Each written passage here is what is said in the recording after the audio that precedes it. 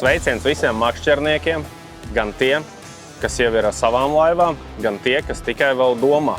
Varbūt man arī vajag laivu, projektiņš ir, domas, un ka varbūt vajag pirkt, un arī sāk nēsāties pa ūdeni un tikt pie zivīm vieglākā ceļā, jo no krasta, tu tiec tur, kur tu tiec. Šodien mēs parunāsim par Pegasus 450 Pro. Mēs jums viņu gan parādīsim, pastāstīsim. Es esmu Jānis Zariņš, Pegasus Boat Latvija, kā saka, Copes divīzijas pārstāvis no Copes laivu viedokļa. Un šodien par Pegasus 450 Pro.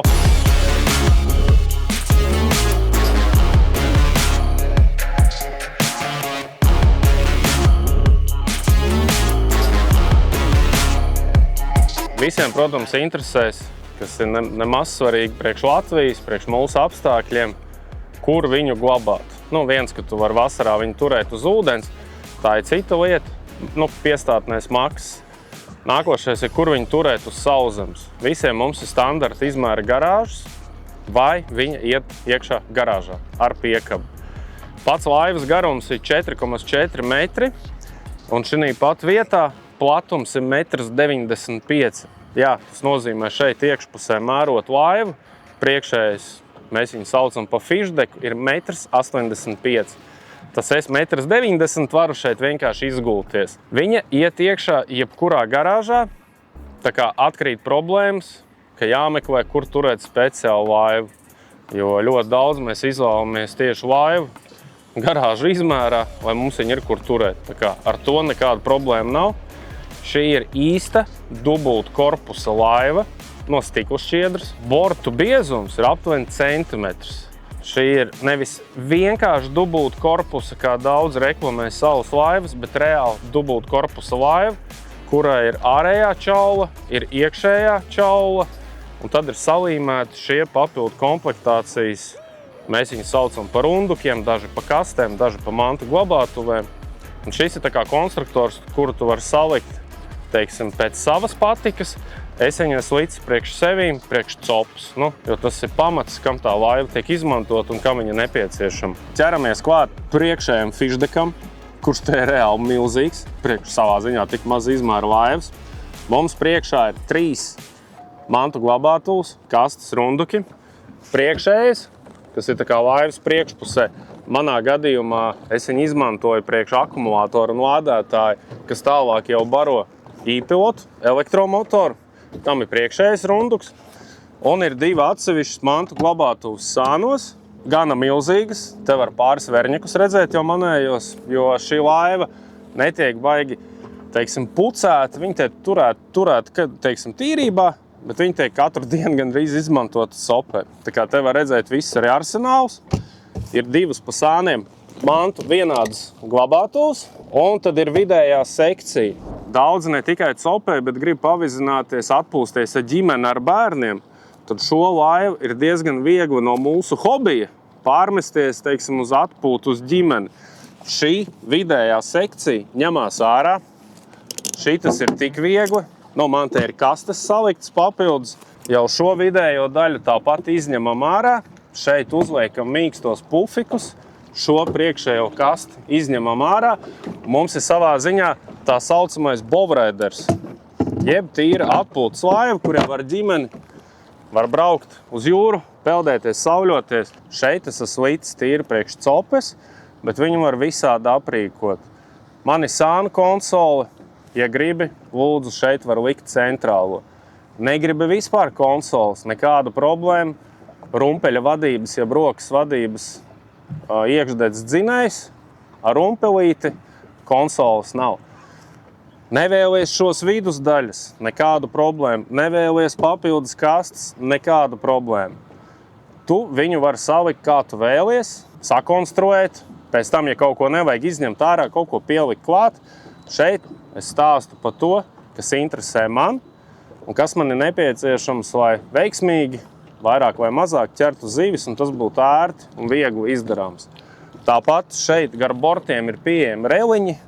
Man to reliņu nav. Man ir vienkārši knehti nolokām priekš piestātnes, priekš parkošanās. Teiksim, tāds minimālisms, bet viss, kas nepieciešams. Vēl kas liels bonus. priekšējais degs, mantu glabātavas kastes. Visi šie lielie nodalījumi, es viņā neielīdīšu, bet viņš ir gana liels. Visi šie runduki ir sausie. Viņiem garām ir notekas. Tas ir attiecīgi, ja tu lietas laikā, trāpa uz ūdens, kad ir normāls lietus, tev visas mantas, kas ir iekšā kastēs, paliks pilnīgi sauss. Viss, kas ūdens ir, notek uz noteku, tālāk uz grīdu, uz aizmuguri un sūknis, kā saka, izmet ārpus laivai.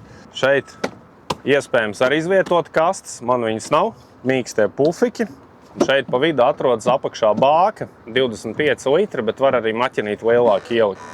Bet ar 60 zirgu motoru pietiek arī ar 25 litriem. Ja būs 30, 35, 40, būs vēl foršāk un drošāk. Sānu konsola izvēlēta tieši dēļ tā, lai šeit būtu milzuma daudz vietas, jo esam pat Igaunijā sacensībās jūrā trietā veiksmīgi spinningojuši no vienas laivas nekāda problēma, 2 uz priekšējā deka. Es te pa aizmuguru operējos, tev sānu konsola tev iedod milzīgu, brīvu vietu salonā. Tāda rītīga kapitāla konsole, ko es ar saviem 90 kg nevaru novaust. Monopolikarbonāta stikls, notonēts, viss forši. Ekrānus te var iebāzt. Man stāv 13 Humminbirds. Es domāju, te mierīgi 16 ieies iekšā, vai arī 2 mazāk izmēra eholoti.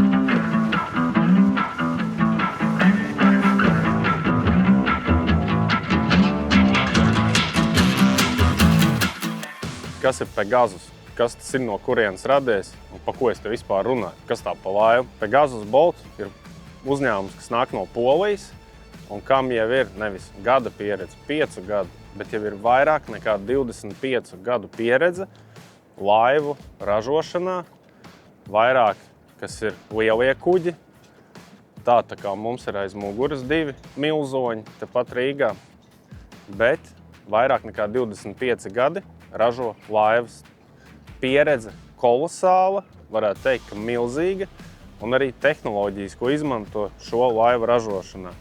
Šis nav, kā mēs teiktu, kāds onkulis garāžā ar rullīti līmē stikla šķiedru. Šeit tiek izmantota vakuma infūzija tehnoloģija, kas nodrošina visaugstāko kvalitāti stikla šķiedras izstrādājumam kā tādam, un paredz to, ka nevis tikai viena detaļa, bet sērija veida ražošanā viņa saglabā vienādi augstu kvalitāti gan pirmā detaļa, gan 20. stikla šķiedrē, kas ir ļoti svarīgi. Nav nekādi gaisa burbuļi iekšā, perfektas detaļas, ko var redzēt šeit, gan no iekšpuses, gan no ārpuses. Šeit vienkārši viss ir ideāli, ko mēs Latvijā īsti iepriekš neesam redzējuši, jo pie mums ražo ar rullīšiem. Bet katrs dara kā māk, jeb kā var. Šī ir, augstākā kvalitāte stikla šķiedras laivai Latvijā kā tāda.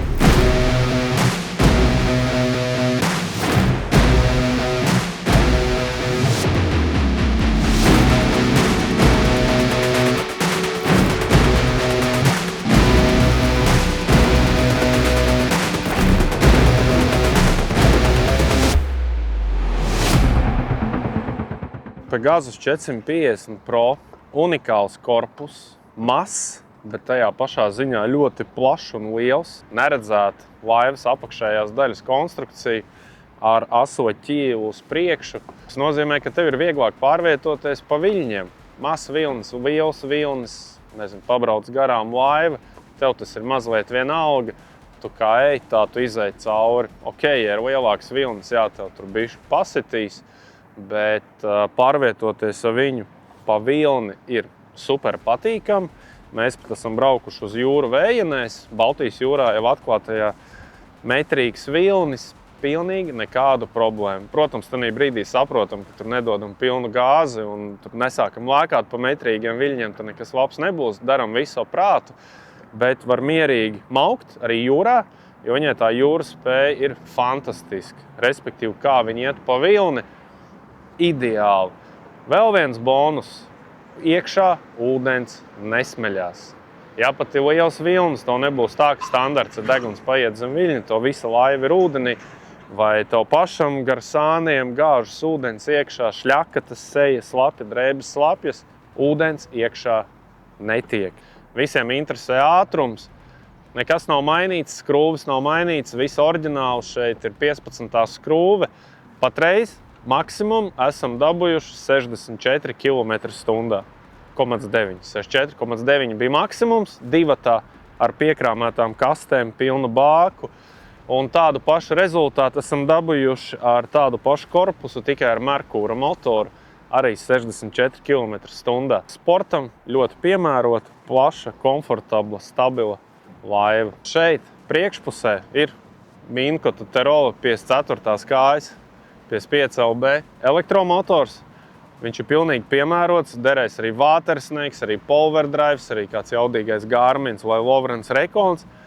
Vēl viena milzīga īpašība bonus, ka te nekas nav jādara papildus, lai uzstādītu elektromotoru, saucamo e-pilotu.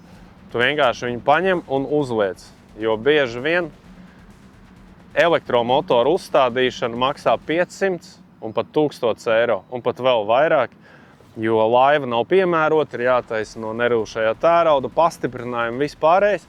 Šeit tu vienkārši viņu paņem, pieskrūvē, ir perfekta pamatne, priekšā akumulators, viss gatavs. No tehniskās puses ir visi nepieciešamie vadu kanāli, gofras, kas iet pa grīdu, kurus mēs neredzam, kas iet no priekšpuses, lai e-pilotu savienotu ar ekrānu uz konsoli, ir gofra uz aizmuguri. Teiksim, ja tu gribi pats darboties, tu pats varēsi mierīgi šeit uzlikt gan eholotu, gan e-pilotu. Šeit nav nekāda raķešu zinātne. Par visu ir padomāts, ir viegli pieslēgt ekrānu klāt, zem konsoles, visi drošinātāji bloki, masas slēdži. Viss ir elementāri, pa visu ir padomāts. Ja gribi pieslēgt e-pilotu klāt pie ekrāna, izvalc vadu pa gofru uz augšu, uz priekšējo kasti, visu pieslēdz un dari tā kā mēs, malci copēji.